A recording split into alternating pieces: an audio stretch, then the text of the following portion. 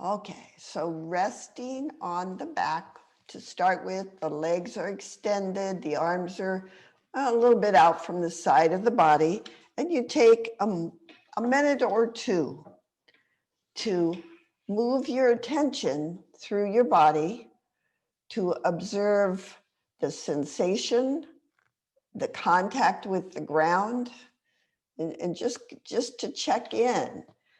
So maybe we'll start in the pelvis tonight. So as you bring your attention down to the pelvis, notice how it settles into the ground.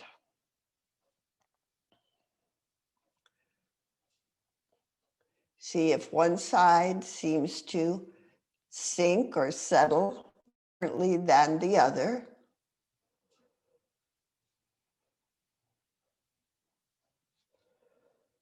Or you might notice that one hip is lifted, one side is lifted.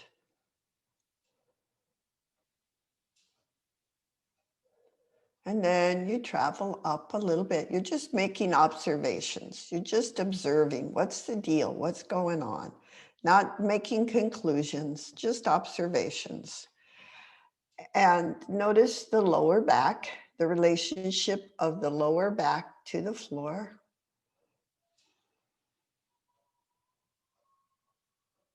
Again, you may feel differences right to left.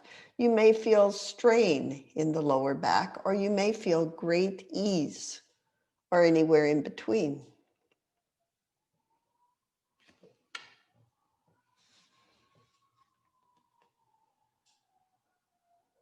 And notice the ribs. So if we go into those lower ribs, the bottom two ribs, floating ribs, how do they relate to the floor on the right side?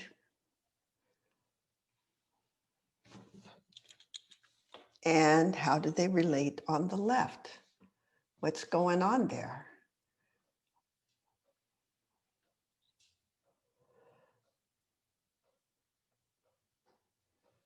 And see if there's any sense of breath. Where's the breath? Where do you feel it?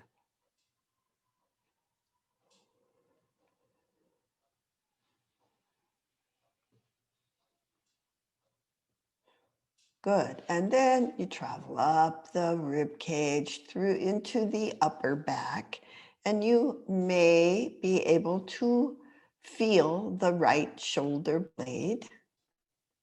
See how it lies on the ground.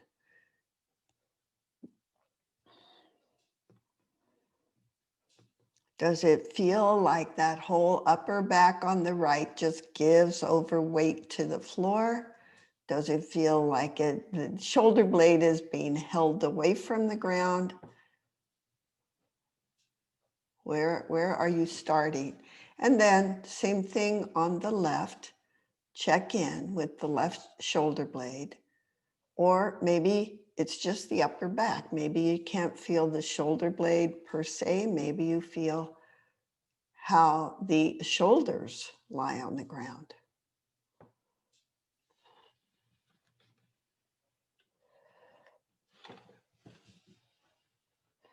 And from there, bend the knees. Take the arms straight out from the shoulders like our little visual aid guide did. So if you roll your head, you're going to make sure they're straight out to the side. So you have created through the upper arm a 90-degree angle with the torso.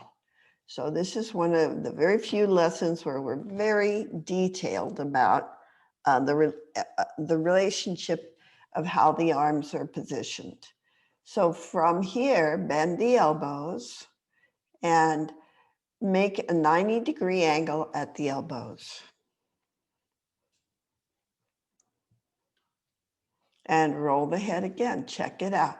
The arms are, we have two 90-degree angles. We have an angle at the elbow and we have an angle between the upper arm and the torso, right there at the shoulder joint. And now from here, slowly, slowly, only what's easy, begin to bring back of the hands toward the floor in the direction of the head. Move the back of the hand slowly toward the floor, keeping your angle. Knees are bent. Feet are standing on the ground. So they sink in the direction of the head, and then bring them back up to where they began, that standing place. Notice little things like, do the hands arrive at the same time as you lower them?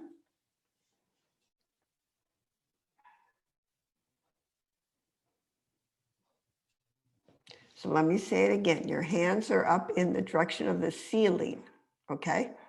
Now you're bringing them in the direction of the wall above the head. They sink backwards. Not, they sink backwards. Not out to the side, in the wall, in the direction of the wall that is above the head. Keep going, keep playing with it.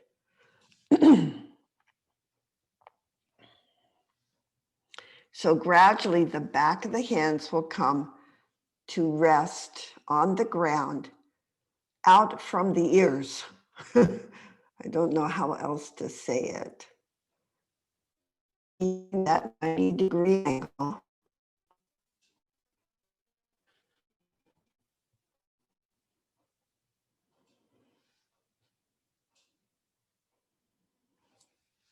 There you go. And let the head roll when you get there, and just check, just be willing to check back in, because what will happen is the angle will start to sneak away, because it's a big restriction and it requires something to happen differently than if you don't keep it exact. Now, lift the pelvis a little bit off the ground. Next time you come back, with the fingertips toward the ceiling, the knees are bent, lift the pelvis off the ground as high as is comfortable for you, and begin to lower the hands like before. So the pelvis is up and the back of the hands settle to the ground. And then they come back to the starting place. So at lifting the pelvis, you may find that the wrist, the back of the hand settle a little more easily. So then as you lower the pelvis, you bring the arms back. So go back and forth like that. Lower the pelvis, the hands return, lift the pelvis, the hands sink.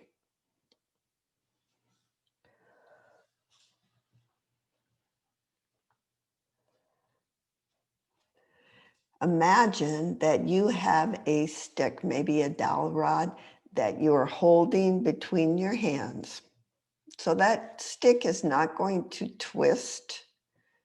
You just let that stick lower in the direction of the head. Good. And you're paying attention to your angles and to what is happening in the shoulder blades. What do you find? What's happening there? And you can let the pelvis lift to help the arms go more easily.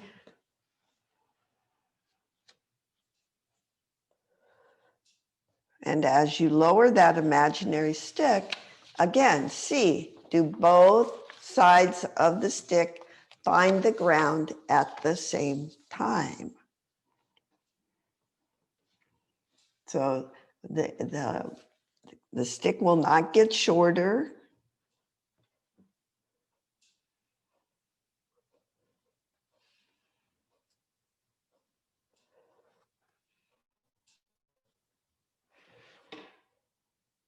Check in what happens in the shoulder joint, in the ribs. What do you discover? Actually, awareness through movement is all about discovering, exploring. What's the deal? What goes on? What goes on in your collarbones?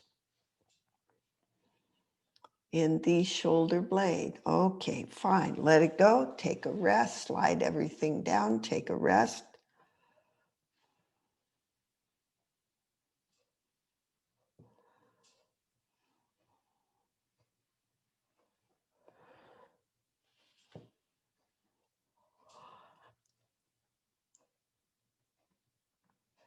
See what the movement did. What do you feel? What's lying differently?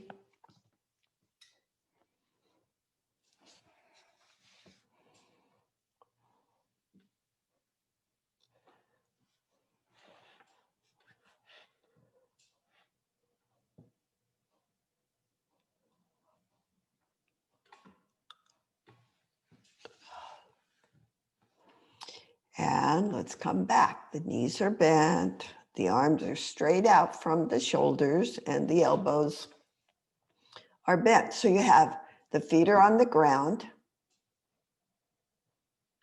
knees are bent, and you make that 90-degree angle, fingertips start toward the ceiling. Now begin to lower, let's see what it's like to lower the hands in the direction of the feet. Go slowly.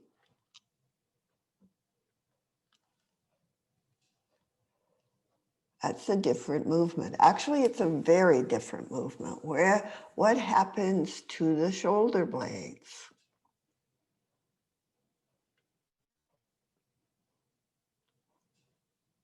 What happens? What's the feeling? Good, you guys are being real precise. That's good. It'll make more sense and be more productive that way.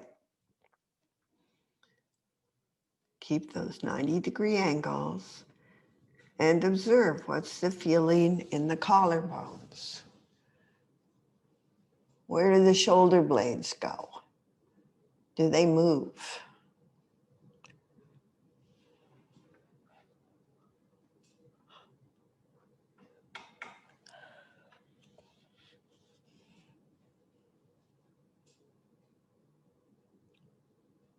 You will probably feel your shoulders lift off the ground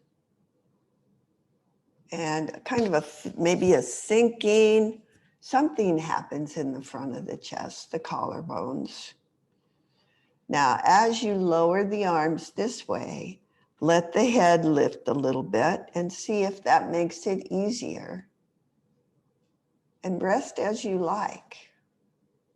Yeah, there you go. You come back, you set the head down. How is that different? Does it make the movement in the shoulder girdle easier?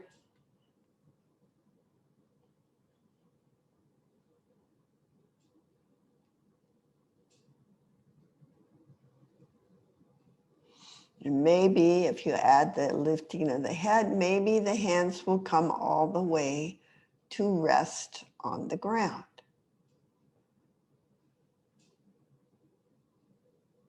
Good.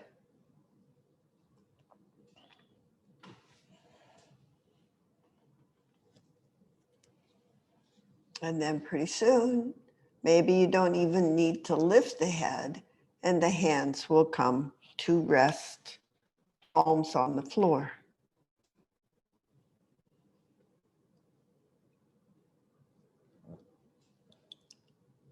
Good, good. So you could alternate, lift the head, leave the head on the ground, feel the differences. Notice the breath, always, always. Notice if there are points where you hold the breath, just observe it. Keep a little bit of attention on what happens to the breathing.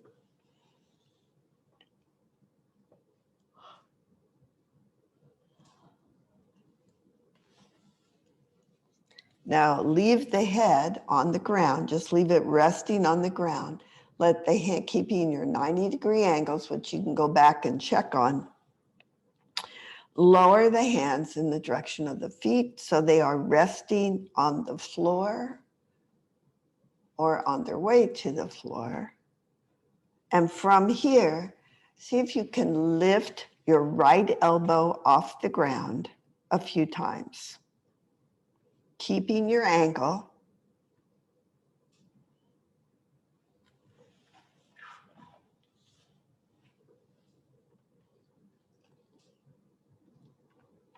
And if that means you need to lift the shoulder to lift the right elbow, then that just observe that's what's happening at the moment.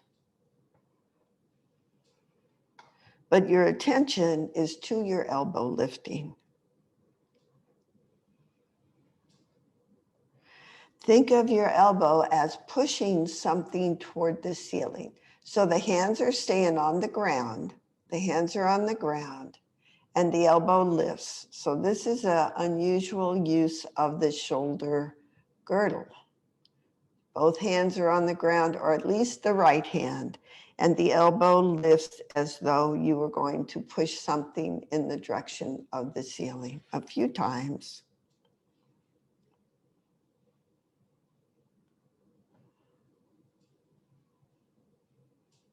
And of course, rest whenever you like. And now do that same action with your left elbow. So the left hand sinks to the ground and then the elbow lifts. Ideally, the elbow lifts and either the shoulder stays on the ground or it lifts after the elbow. See if you can find a way to use your shoulder that way. It will make a difference in your shoulder joint, in your, not just the joint, in your whole shoulder girdle. It starts to involve the ribs even more. Hand stays on the ground. The hand doesn't lift. It's at a 90-degree angle at the elbow. The elbow lifts. The hands are on the floor. The hand doesn't lift. The hand doesn't lift. See if you can find that. Now, it could be that the hands are nowhere near the floor, but still what you want to happen there is the elbow to lift of its own, not the hands. And you will discover something happens in the ribs. Let's take a rest and maybe take a moment to tune in to what might have happened, especially in the lower ribs.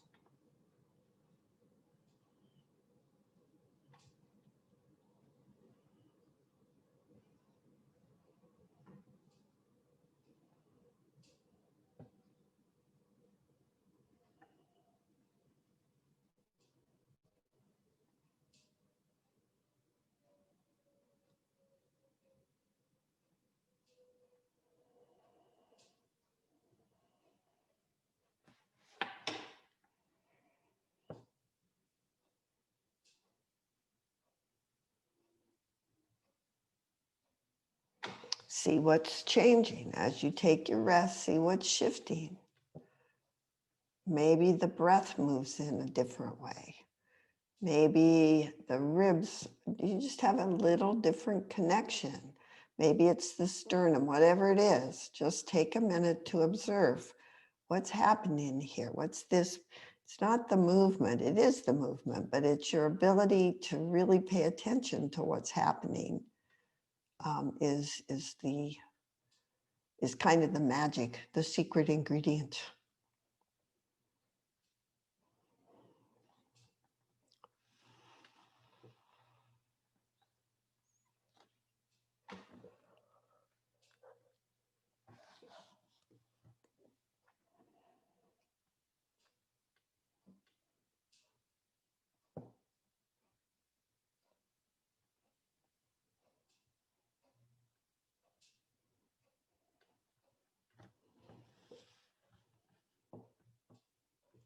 And then again, place the feet standing and slide the arms so they're straight out from the shoulder. They're at shoulder height. Roll the head, check it out. See if it's true or not. They will sneak away.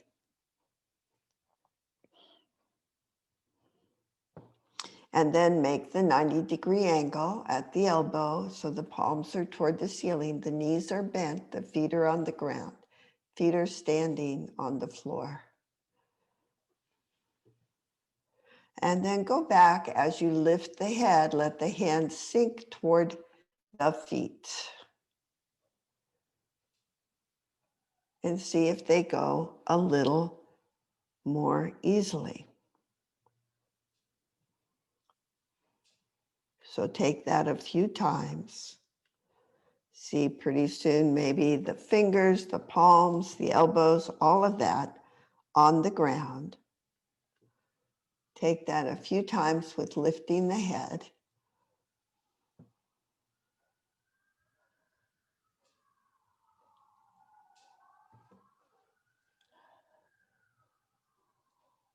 And then see if you can continue that, but leaving the head on the ground.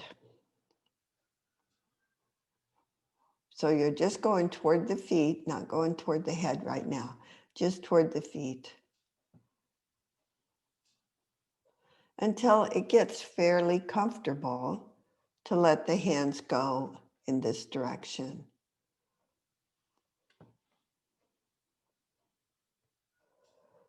And you may find your shoulders are starting to feel wider on the ground.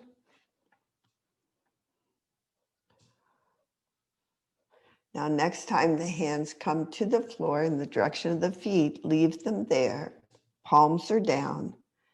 And go from the hands, the palms, the elbows, lift both arms off the ground, all at the same time of a piece.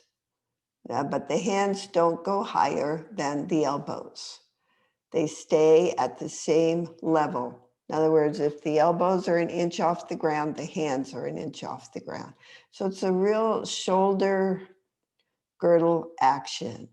They lift, they come down, keeping their 90-degree angles. And check it out. So the hands don't lift faster or higher than the elbows. Everything's of a piece, and they don't necessarily come down faster either.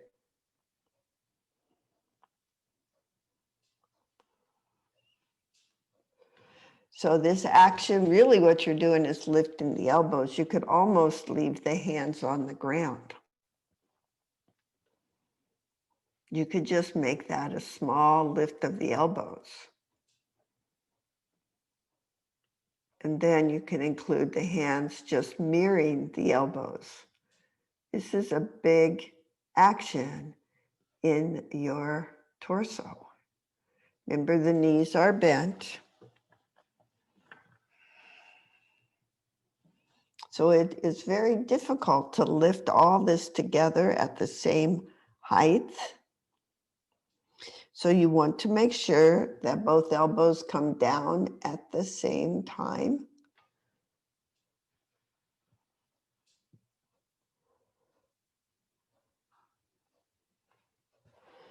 And that the elbow and hand touch the ground at the same time. See if that's possible. It's a very different use of many muscles in the ribs and the torso.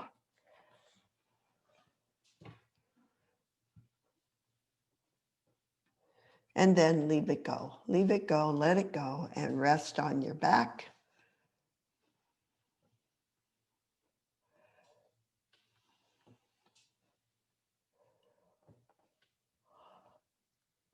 So you may be feeling some things move that haven't, you might have forgotten that that's even a place where movement can happen. So that's why we want to take some nice long rest here.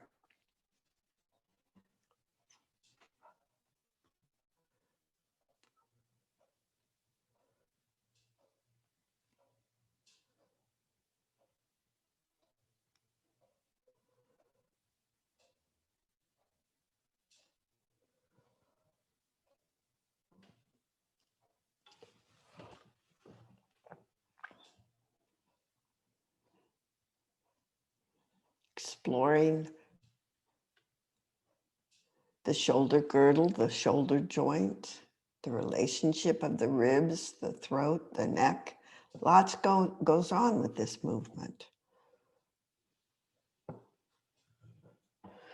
And then bend the knees again, take the arms out to the sides, just like before. Go ahead and make your 90-degree angles and check them.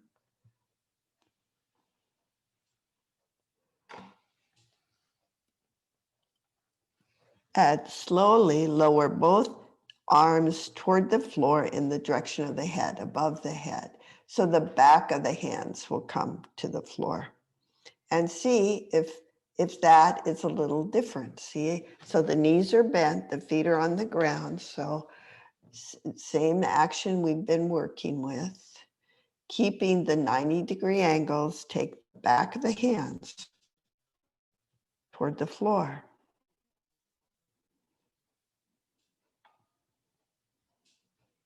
Again, you don't lose your 90-degree angle. Roll your head, check it out.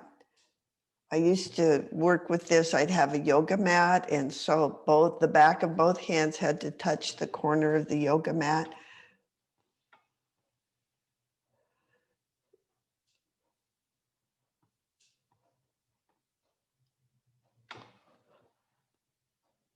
Now, keeping this same 90-degree angle, starting with both hands in the air, elbows bent, slowly begin to lower one hand in the direction of the head and one hand in the direction of the feet. Go slowly. Don't lose your angles. Otherwise, it's really not going to be as effective. So you want to check it out. Did everything start to go haywire? Actually, looks like pretty much we're doing pretty good here. You can always roll the head and check out. Is the elbow straight out from the shoulder? And then let your head participate. Which way does it want to turn?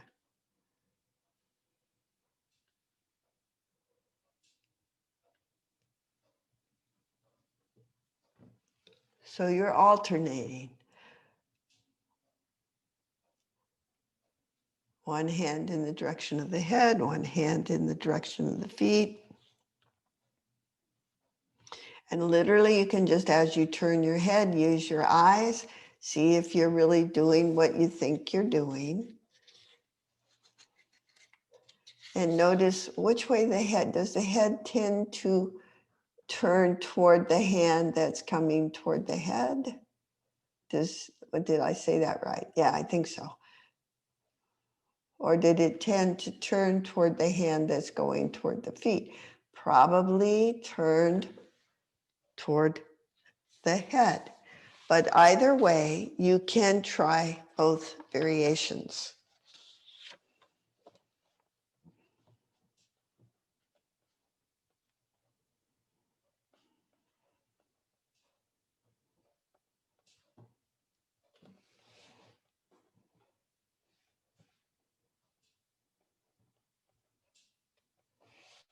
Good. Starting to feel the shoulder blades, maybe. What are you noticing with all this? Lot of movement. Maybe in the chest, the ribs. Okay, and again, take a rest. Slide everything down. Let's take a rest.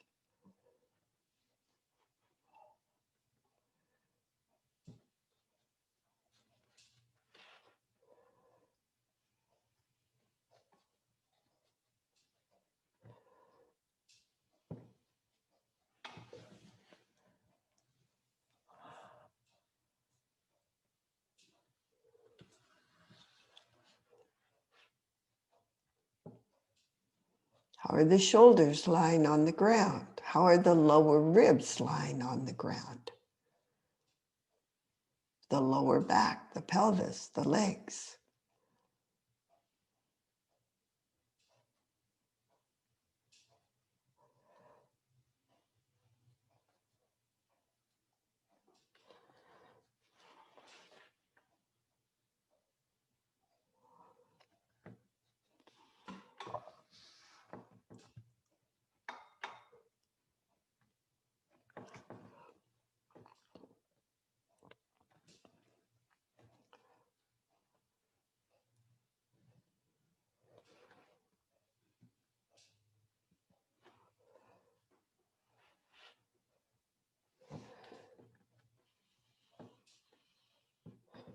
And take the arms straight out to the sides. So the knees are bent, the feet are on the ground, and start with the arms straight out to the sides of the body, straight out from the shoulders. Feet are on the ground, knees are bent. And let the hands roll, both hands like you could make little fists, and roll your fists in the direction of the head with the arms straight like that. With the arms not bent at the elbows now, but just out to the side. Don't lift them. Leave them on the ground. Just roll your fists in the direction of the head and see what connects. What happens in where? What do you notice? In the chest, in the ribs? I mean, there's so many things you might watch. You might watch maybe one shoulder is like really easy. It knows how to roll, no problem, and the other shoulder not. Or maybe for you, you go, oh, that connects to this upper chest doesn't know how to participate. So first get the feeling of both arms, both hands rolling toward in the direction of the head. They just stay on the ground. Just get that rotation and see, what does it do? What does it do? Does it collapse the chest? Does it lift the chest? Do the shoulder blades move? Which direction do they move?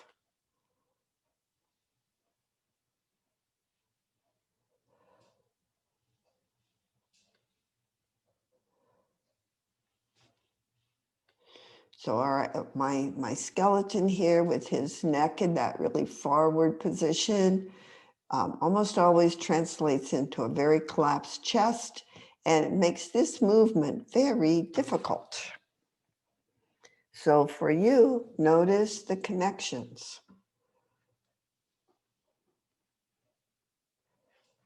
Good. And then go ahead and let that rest. Take a rest, slide everything out.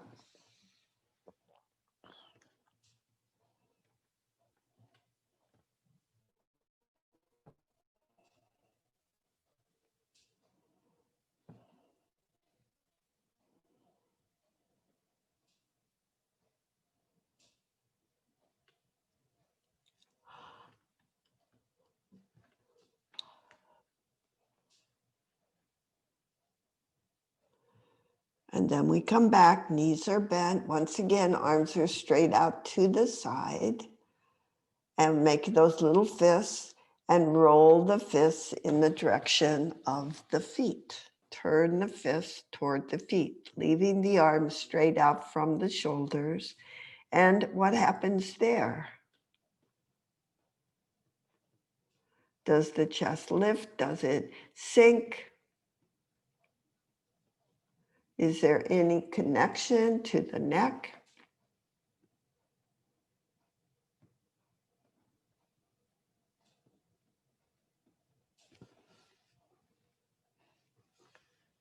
To the shoulder blades? What do the shoulder blades do?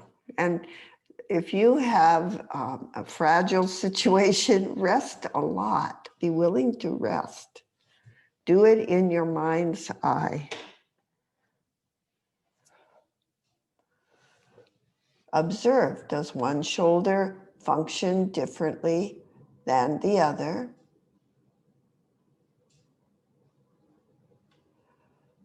And was it easier to roll the hands toward the head or toward the feet? Which one's easier? And it could be different right to left.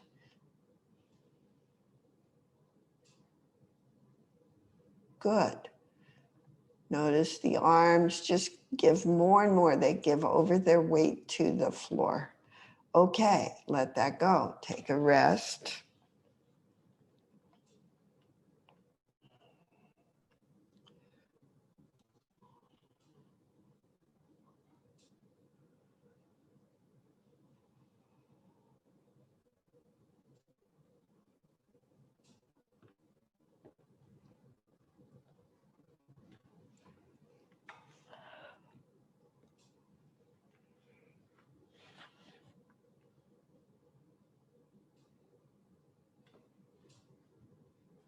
And we'll do a little bit more with this. Bend the knees, bring the arms out again. Feet are on the ground and make the fist. And let's just go ahead and let the hands roll, both hands together in the direction of the head and then toward the feet. And you can let your fists roll as far as you can. Just keeping them at shoulder level, keeping them on the ground. Maybe they keep going one direction or the other. So you can really feel the possibilities there. And again, is there a difference right to left?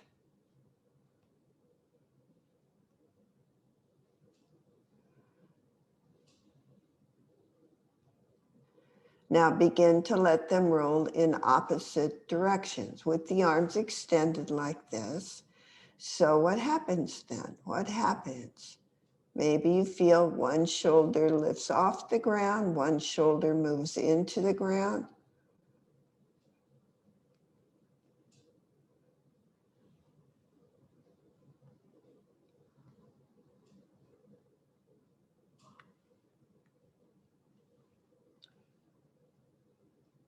Which way does the head want to roll? You can let the head roll. Notice the breath. Yawning is always good. If there's a yawn in there, go for it.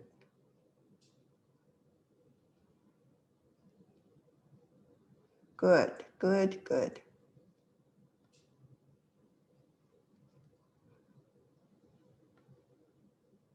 So one is rolling up, one is rolling down, the head is involved. And we let that go. Take a rest.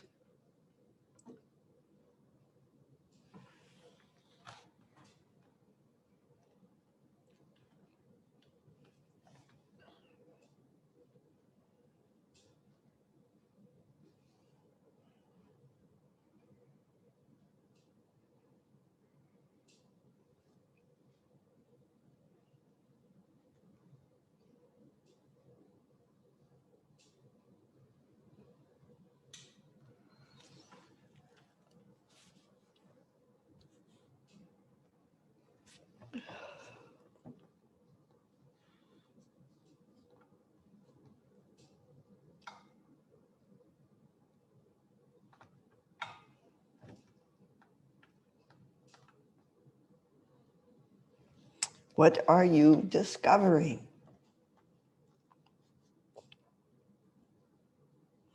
Let's come to sit with the bottoms of the feet together. And we'll start again with the arms out, straight out to the side. Bottoms of the feet are together.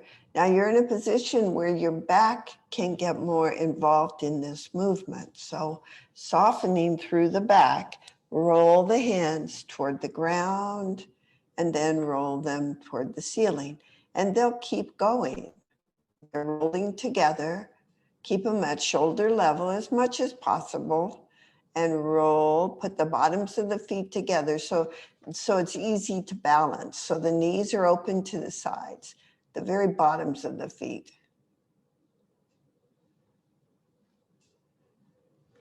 So the soles of the feet touch each other. And roll the hands toward the floor in one direction, then toward the ceiling. And you'll have a back. You can let it be part of the deal. Make the bottoms of your socks touch each other. The knees drop open. There you go. Good. Sometimes just got to find the words. Your head, how can your head participate in this? Both arms rolling. Both arms right now not in opposition. We could go into opposition, but I mainly just want you to feel the potential of the back of the shoulder blades sliding up, sliding down. What goes on in the back and in the front of the chest. So the head can sink down, the head can rise up, the spine can be part of this. It's a flexion. and extension. There you go.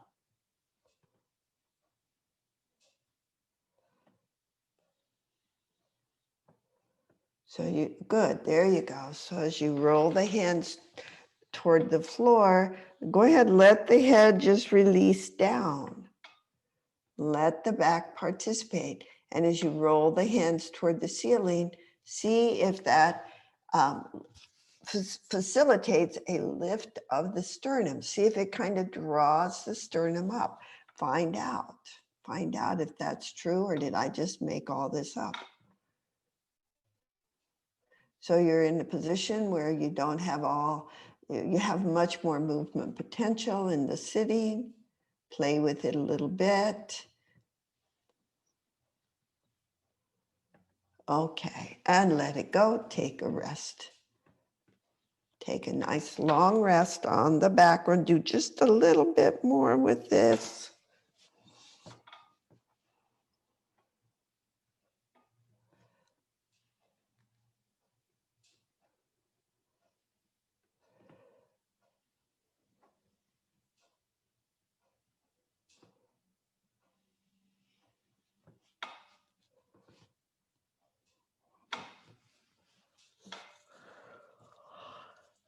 So just out of curiosity, let's bend the knees. Let's take the arms out. Let's make that 90-degree angle from elbows and from the upper arm and from the elbows. So we start with the fingertips toward the ceiling, 2 90-degree angles, and then sinking the back of the hands toward the ground in the direction of the head, just going back and forth a few times. Coming up in the direction of the feet. What goes on in the chest? What goes on in the shoulders? Which direction allows the shoulders to lift a little bit? Not the shoulders, the chest really. Which direction do you feel that little lift in the chest? And which direction do you feel the sinking?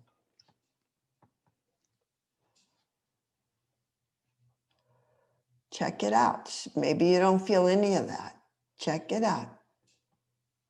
They float together.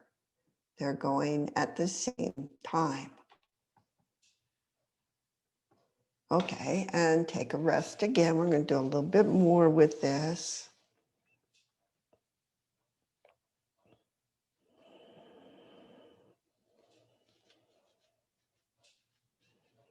So I am hoping you discover some mobility and softening that you didn't know was there in your ribs, in your torso.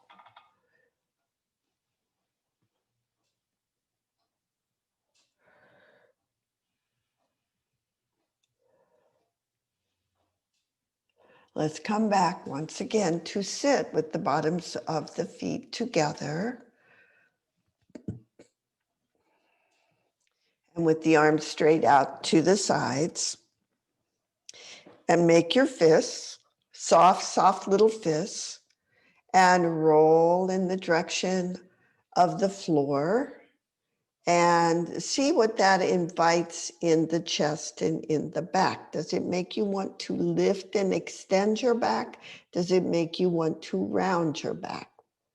And then other way, roll up in the direction of the ceiling and toward the floor behind you. So we're going, there you go. We're going back and forth, thumb going down, and maybe it goes way back. There can be a lot of mobility there. And then thumb side up, and maybe it goes way back there. But play with the connection now. What happens in the chest and in the back, not just the arms. Okay, I'm thinking I'm wearing you out here.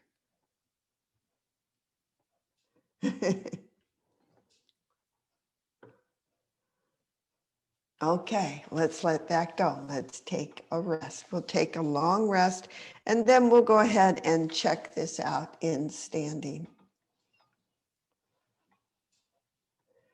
take 2 or 3 minutes just to feel the body on the ground. What's happened to the shoulders, to the ribs, to the lower back? All of these things being connected to the pelvis. What's happened?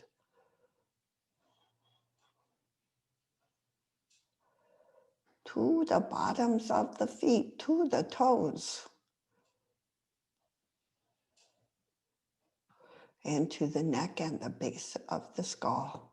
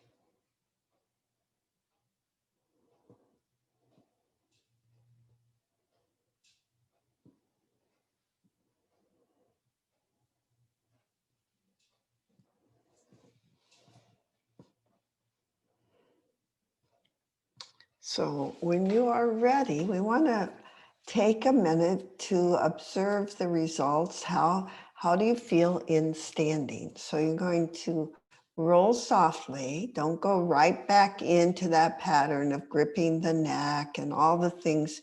Take your time, go slowly, kind of peel off the ground, coming to stand and take a minute or two there to observe yourself. So you might decide just to lie on the ground longer, but when you're ready, come up and take a moment to feel what it's like to be in the vertical world. Take a minute or two there.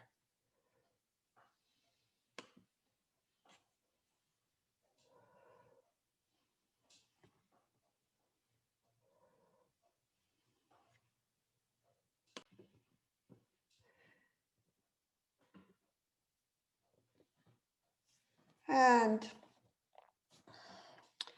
recalling places. Okay, that's